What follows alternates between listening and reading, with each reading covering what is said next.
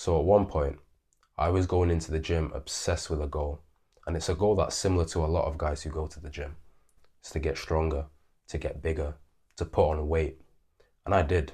I did do all those things. And I blew up to like 15% body fat. But what happened to my results with women? They went down the drain. And I was confused. Like, what? I thought if I get bigger, I get more girls. That's how it works. But no, clearly not. So what did I do? I went on a deficit, went on a cut, and went back to a low body fat percentage. And what happened to my results with women? They went right back through the roof, exactly where I wanted them to be. So today I'm going to reveal the exact body fat percentage range that you need to be in to get similar results with women, and how to get there, of course. Now, it's not about being shredded to the bone like a bodybuilder going into a competition. There's a sweet spot. Whether you've already got some muscle and you need to cut down to reveal your frame, or whether you're skinny fat and you need to lose that fat to reveal that lean frame and start building muscle from there. Now, if you didn't already know, your body fat percentage is actually more important than the size of your muscles for attraction.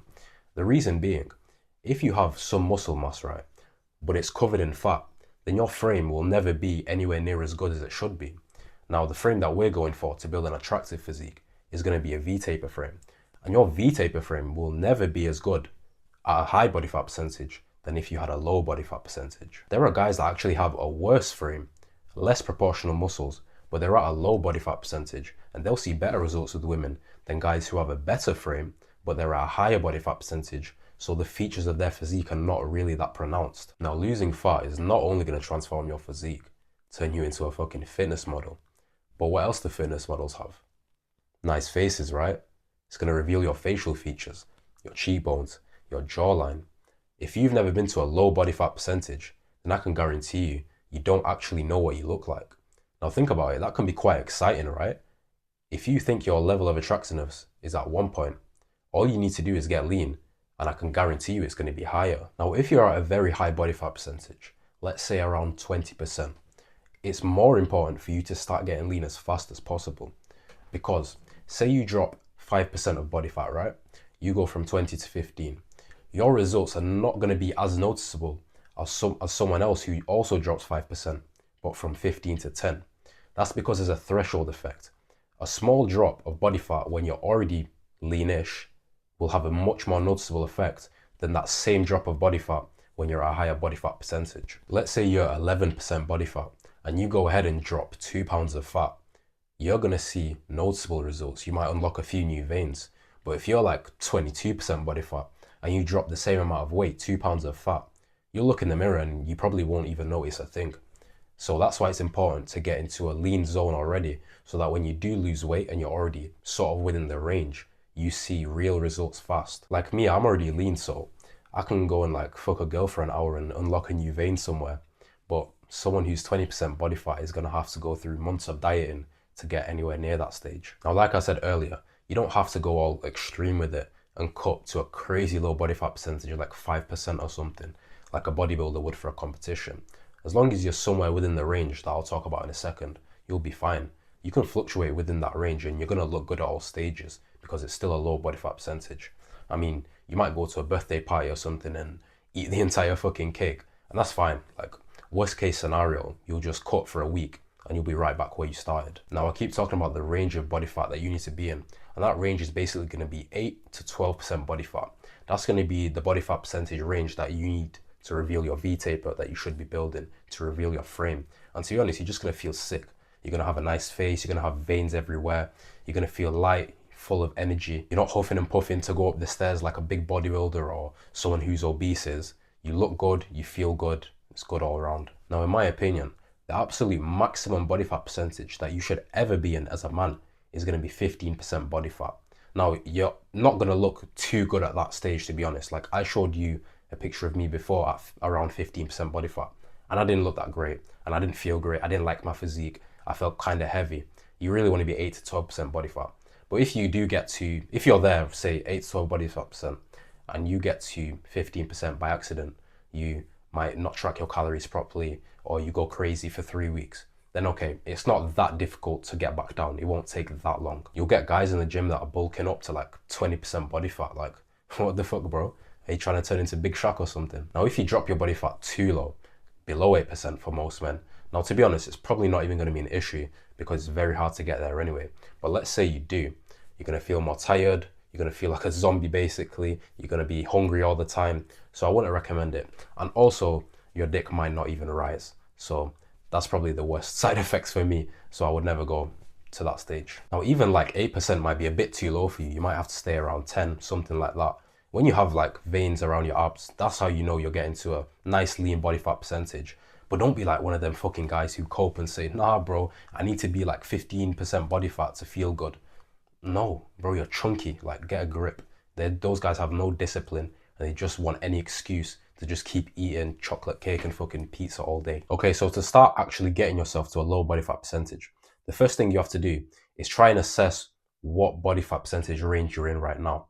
It's hard to assess. I mean, you just have to look at pictures and stuff online, but get basically a rough estimate of where you are. And once you've got a rough estimate of your body fat percentage, you can then go ahead and set like a realistic expectation of how long it's going to take you to lose weight. Now, around 8 pounds a month is going to be pretty much the top end of how much weight you can lose sustainably in a month. And a lot of people underestimate how much fat they've got to lose. You've got to remember the weight, the fat doesn't just come from where you want it to come from just your stomach or whatever. It comes from all over your body, your legs, your back, everywhere. So don't be a fucking pussy and just cut for like 2 weeks and then give up because you've not got an 8-pack already. It took you time to get fat, so give it a bit of time to start seeing the results that you want. Like I said, when you've already put in all the work in the past and you've already got to a lean body fat percentage, now that's the point where you can cut for like 2 weeks and actually see some results. And another thing is that your weight on the scale doesn't actually matter. Like, what your weight is, what the numbers say on the scale, who gives a fuck about that? It's about how you look, right? So you could actually be maintaining your weight on the scale because you're increasing your muscle mass at the same time as losing fat. And that's perfectly fine. You don't need to aim for a specific number on the scale. You just need to change how you visually appear. So how do we calculate what we need to be eating? How much do we need to be eating when we're losing weight, right? So your calorie deficit, which is what's going to allow you to lose weight, is basically your maintenance calories. And then you're going to subtract an amount of calories from there, depending on how fast you want to lose weight. To get your approximate maintenance calories, you need to go on a total daily energy expenditure calculator, TDEE, and that's going to give you a rough estimate of how many calories you're burning in a day, depending on your weight, your height, your age, your level of activity. And then you subtract calories from there. So if you're in a 500 calorie deficit a day, so your maintenance minus 500, that's going to allow you to lose 1 pound of fat a week, because in 1 pound of fat, there's 3,500 calories. Now, if you're following the diet strictly and you're not losing at that rate, that means the maintenance calories are slightly off. So you need to either reduce your calories if you're not losing enough weight, or increase your calories if you're losing too much weight for your liking. Like I said, the maximum calorie deficit that I would recommend, unless you're severely overweight, in which case you can even not eat anything, to be honest, you can just fast and that'll probably be better for you. But anyways, minus 1,000 calories from your maintenance is going to be pretty much the top range. That's the top end that I do if I want to lose weight rapidly for some reason. But 1,000 calorie deficit a day is going to allow you to lose 2 pounds of fat a week, 8 pounds of fat a month. Now, your actual diet is going to consist of macros. Macros are macronutrients, and that means your proteins, your fats, and your carbs. Now, first of all, protein, you need 1 gram per pound of body weight. So if I'm 170 pounds, I think I'm around there right now, I'm going to eat 170 grams of protein a day. You can go higher on a deficit, that's completely fine. It's going to keep you more full, so that's good as well. But you need to be aiming for a minimum of 1 gram per pound of body weight.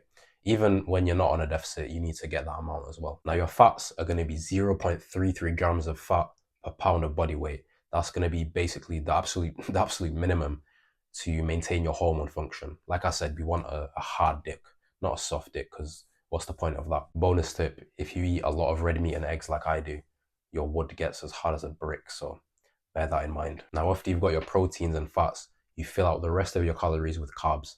Carbs are very important because that's what's going to give you energy to keep training and keep even building muscle sometimes in the gym whilst you're on a deficit. When you eat a lot of carbohydrates, that breaks down into glycogen, which is sugar that is stored in your muscles. Now, most people are eating way too much carbohydrates, as in people who don't do any exercise at all, and even the guys in the gym that do, but they're eating a calorie surplus as well.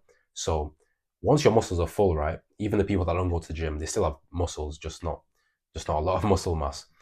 Your muscles can't get any more full of glycogen when you're eating a calorie surplus and you're eating a lot of carbs. So when it's full, it's full.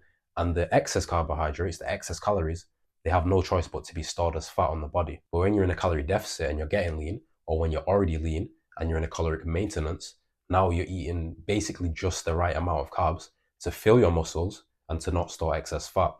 Now, when you train, you develop muscle mass, your body gets an increased ability to store glycogen. So basically, the more carbs you eat, the more you stay at maintenance, the better it is. Now, how should you structure your meals and your meal timings to optimize for fat loss? Now, this is basically just down to your own experimentation. I'll give you an example for me. I lose fat and I feel less hungry the easiest when I'm eating a very small breakfast, like 500 calories or so, and then I save all the rest of my calories for a pretty big meal a few hours before I go to bed.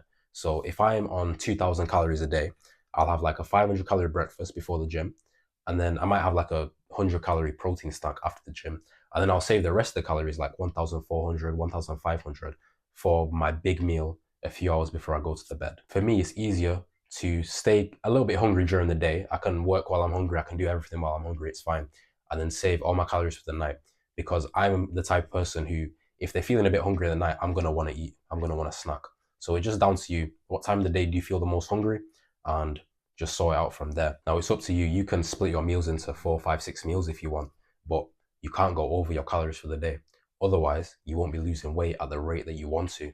So whatever's easiest for you, however you want to split your calories in your meals, go ahead and do that. Now, the foods that you should be eating are going to be 100% unprocessed foods. That's going to help you in a deficit, especially because they're always full of water, fiber, protein, whatever. But aside from that, your health is going to be better, your skin is going to be better. You're just treating yourself better to become more attractive. Now, you basically want to get to the stage where your cheat meal is going to be someone else's healthy meal. For example, if I'm eating like chocolate dipped grapes, someone else would be like, yeah, that's healthy, grapes, yeah, fuck off. Our standards are a lot higher. We need to be eating the absolute best foods possible to get the best result, the most attractive physique possible. Now, my diet consists of 99% red meat, eggs, fruit, and rice. And I built an amazing physique in such a short amount of time because I've eaten meticulously for the result that I want. Now, you have to accept that when you're on a deficit, especially if you're in a higher calorie deficit, like 1,000, for example, you are gonna feel hungry sometimes. That's just how it is. You need to be a man and get over it. But to reduce the amount of hunger that you're feeling during the day, like I said, I would save all my calories for one big meal. So I'll be hungry for, quite a few hours, but then it's fine because basically I get the reward at the end of the day. I'm pretty hungry in the afternoon, in the morning, but when I get to the end of the day, I know I've got a big meal waiting for me and I go to bed nice and satisfied. And obviously, if you're filling your foods with protein, fiber, water, that's going to be very satiating. You can also go for sparkling water, that's going to fill up your stomach, going to make you feel less hungry. So when you're in a deficit, you need to be lifting heavy weights the exact same ways you would be when you're not in a deficit. You're not going to lower the intensity because you're a bit more tired or whatever. Now, fuck that. Your body's going to be like, oh, so I don't need this muscle then, I guess. No, you need that muscle. You want that muscle. Push the intensity of the workouts to the exact same level as if you were at caloric maintenance and full of energy. One thing that we are going to add to our normal day in the gym is going to be cardio, because cardio is going to increase the amount of calories you can eat because you've increased your total daily energy expenditure, which means we have more room for calories, which means more room for carbs, which means more energy. The type of cardio that you should be doing is low intensity cardio, because all the calories that you burn from low intensity cardio is going to come from fat. Now that's going to be stuff like Stairmaster, incline walking on the treadmill. If you do high intensity cardio, that's more likely to take glycogen from your muscles, and we want to preserve the glycogen so that we have enough fuel to fuel our workouts. The only exception that you're allowed to make for high intensity cardio in a deficit is if you have to go fuck a girl like I have to do sometimes. Now, I don't know about you, but I usually burn like 2,000 calories doing that, so it's worth it for me. When we're in a deficit, your body has a decreased capacity to recover. So that's why it's quite important to lower the amount of fatigue that is accumulated within the session as much as possible. So that means heavy weights, low volume, still high intensity because we want to keep and even grow the muscle in our body, but none of this 30 reps bullshit. That's going to make your muscles sore for days and your body isn't going to be able to recover, especially when you're eating less. When you're losing fat, I definitely recommend to try and lift weights as early as you can within the day. So if that means waking up early and going before work, I would do that. Because if you try go after work, like you usually do, for example, you're going to be a lot more tired. You already have less energy. So after a long day of work, sometimes you actually can't be asked. So I'd recommend putting it first and then it actually does give you a bit of a spike in dopamine and whatever for the rest of the day. So now something that can sabotage fat loss without you even knowing it is getting poor sleep, poor quality of sleep, and poor quantity of sleep. Now, the reason for this on a deficit is, aside from the fact you're going to recover worse, there's a hormone called ghrelin. Now, ghrelin regulates the amount of hunger that you feel in your body. When you have a poor quality of sleep, that hormone is now out of sync, so you're going to feel more hungry in the day. For optimal hormone function, optimal health, optimal well-being really, you need to be sleeping until you wake up naturally. You need to go to bed early enough so that you can wake up without an alarm. Now for me, who's a very active person, that's looking like 9, 10, even 10 and a half hours a night sometimes. Now, you'll definitely get some people who are even kind of jealous about the amount that you sleep because they have a shit lifestyle that only allows them to get 5 or 6 hours. They'll say things like, oh, 10 hours, that's way too much sleep, mate. You don't need that much. You need 8 hours maximum. I only get 5 hours and I feel great. Yeah, shut the fuck up, mate. I'll keep doing what works for me because it's clearly working. Another silent killer is stress, worrying about everything. Now, a lot of people try to eat their way out of stress, and that's obviously not what you want when you're trying to lose weight. So whatever you need to do, I don't know, reading, meditation, fucking sex, just to get rid of all that energy, that stress, so you can go ahead and have a nice smooth deficit. Now, your friends and the people you hang out with, the people that you spend time with, they kind of need to know that you're trying to do something, you're trying to lose weight, you're trying to improve yourself. You shouldn't be going out with them if they're going out, drinking 1-2 times a week or going out to restaurants where they're eating 4,000 calories. They need to know that you can't do that because you're on a deficit. Obviously, you don't have to go around and fucking write a letter to everyone and let them know. But if you're around the type of people that don't understand that and they're trying to sabotage your progress, then that's something that you need to decide. Is that the type of people that you want to be around? Setting up your environment for the most optimal result is pretty important. Not just that, but for example, in your house, if you've got a stack of cookies in your kitchen drawer, is that what you really need in order to lose weight as effectively as possible? Even I'm not that strong. If I'm on a deficit and there's a stack of fucking cookies in my kitchen drawer, oh, I'm going to eat that. I'm going to be honest. I'm going to eat that. So get rid of all that shit out of your cupboards, out of your fridge, and only have what you're going to eat for your deficit. Now, some common mistakes when you're trying to lose fat optimally, and I've done them all, so I can tell you about it firsthand. The first thing is going to be trying to go too extreme with your calories. I've tried to be in a 2,000 calorie deficit before, and this is insane. This is not going to last you more than 2 days. You're going to be so hungry, you're going to fucking fall off the roof because you're so tired. You think that you lose weight faster, but you actually don't, because it's basically just a crash diet. You lose weight, you try to lose weight as fast as possible, but then you feel so hungry, you have so much diet fatigue that you just start eating so many calories again, and you just lose. It's just like a yo-yo. You go up, down, up, down. So realistically, you should be choosing a calorie deficit from the start that you can maintain for a while, for months. That's going to be probably between 500 and 1,000 calories. Another thing, if you think you're losing muscle, now a lot of the times you can actually just have less muscle than you realize. You might have had enough fat around the area where your muscles are, and you actually think it's muscle, but it's not, it's just fat. So most of the time you don't have to worry about that. Now, like I said before in the training section, you have to be training with the same intensity, and in the diet section, you have to be eating enough carbs, because those are the things that are going to allow you to at least maintain your muscle, and in some cases, even grow it. But if you are seeing consistent losses in strength, like every week you're losing strength, then that is a sign that you're probably losing muscle.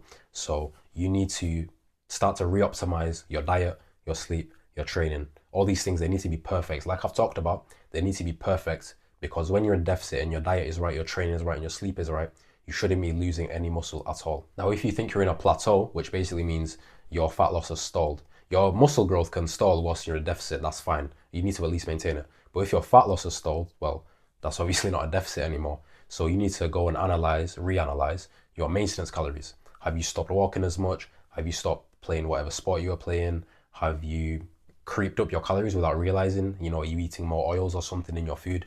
You need to go and analyze all of that to see how many calories am I actually eating, and how many calories do I need to be eating to lose weight. And another thing is just being less productive when you're in a deficit. You need to be going ahead and doing all the things that you're going to do anyway. I don't know, go into school, walking your dog, whatever. Even if you're more tired, it doesn't matter, just deal with it.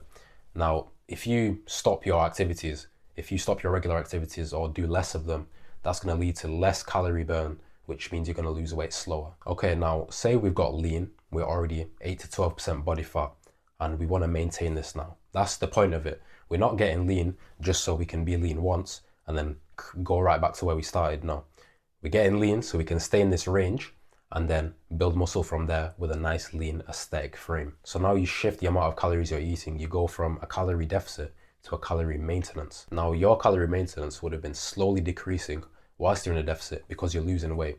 If you've not lost that much weight, then it would have been a tiny amount. But if you've lost a significant amount of weight, then you're gonna have a significantly less caloric maintenance now.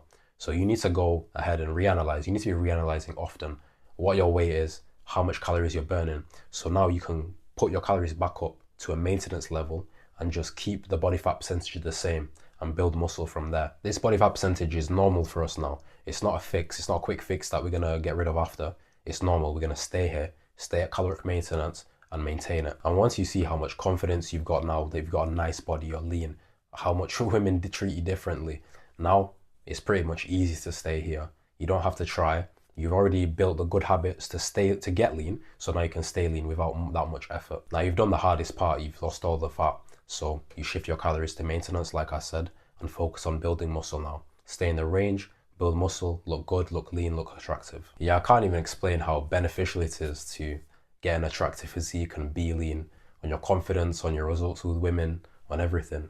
I mean, some guys have to go rent a car, rent a Mercedes to pick up a girl, take her home to try and impress her.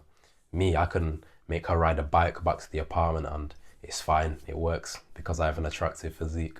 So get it for yourself, try it out and you'll see what I mean. Now, if you took value from this video, drop a like and watch this one next.